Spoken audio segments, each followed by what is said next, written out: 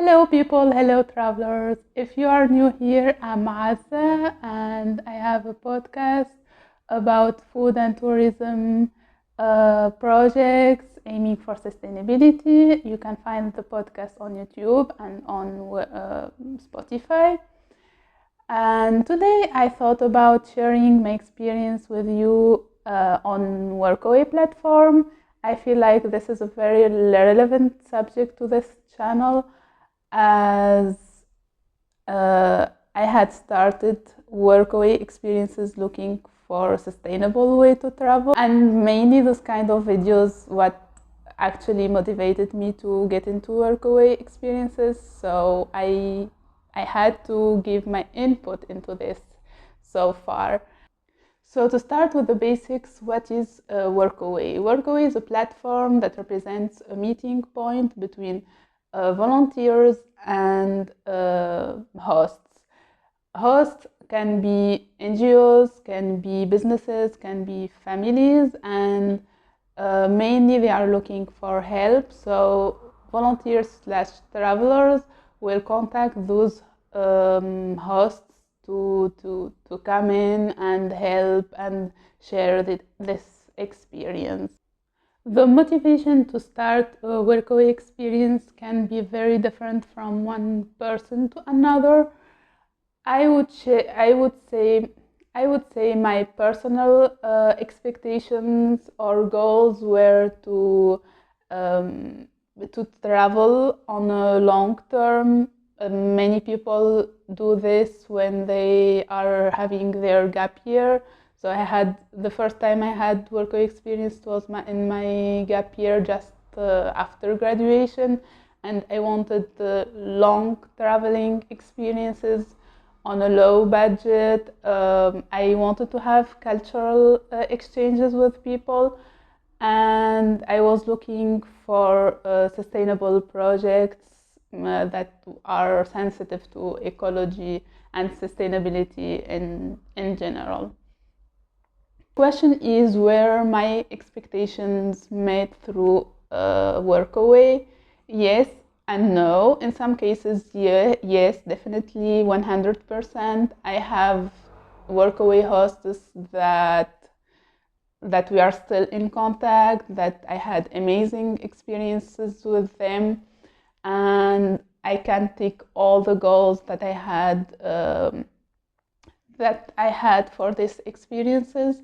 But I want to say that it was no for maybe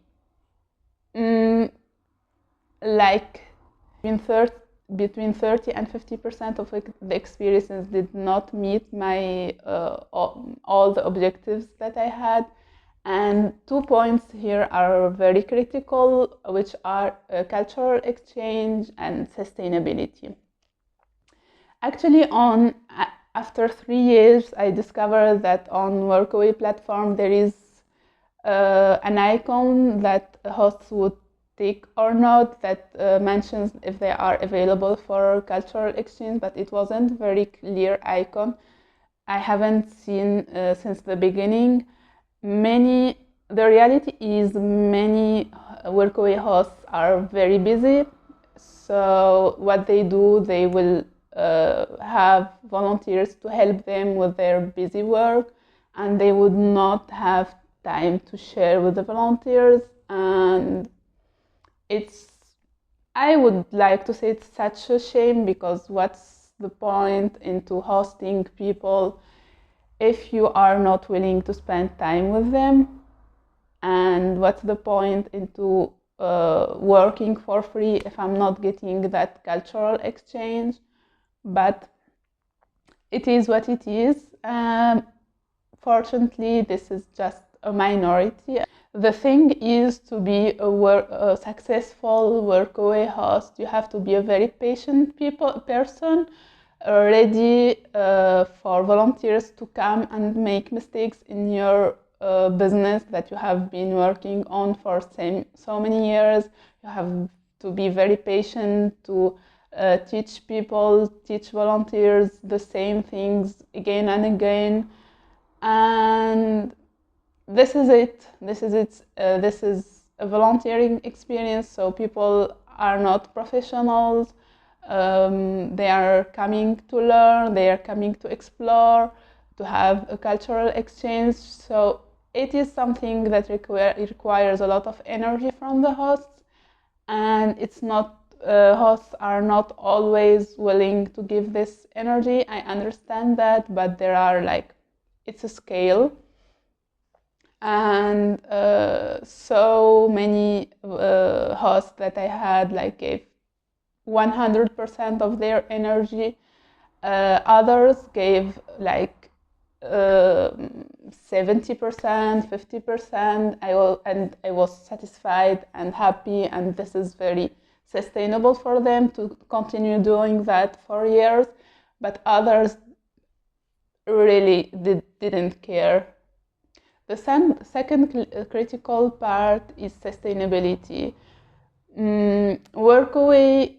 Workaway promotes itself as a platform that cares about sustainability. You can say on many Workaway host profiles that they work for SDGs, for example, or so you can see that Workaway as a company is engaged in some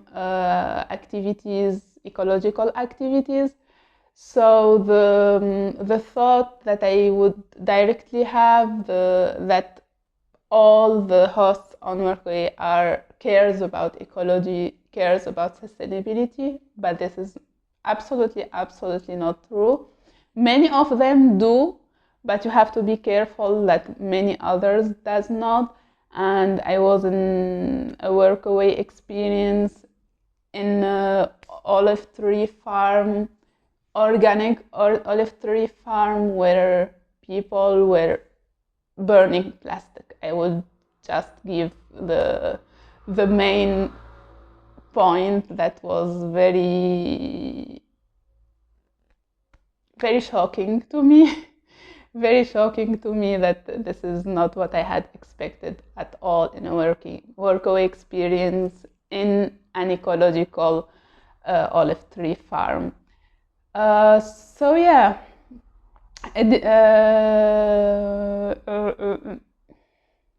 what I had learned. So yeah, what I had learned so far after 3 years and more than 10 experiences, that you have to be careful when you read the profiles. You have to be careful when you have your discussion with the host before coming. So if you want a video about this, please let me know about how to choose your Workaway host carefully, and what are the steps to follow, and what are the red flags to be careful about. But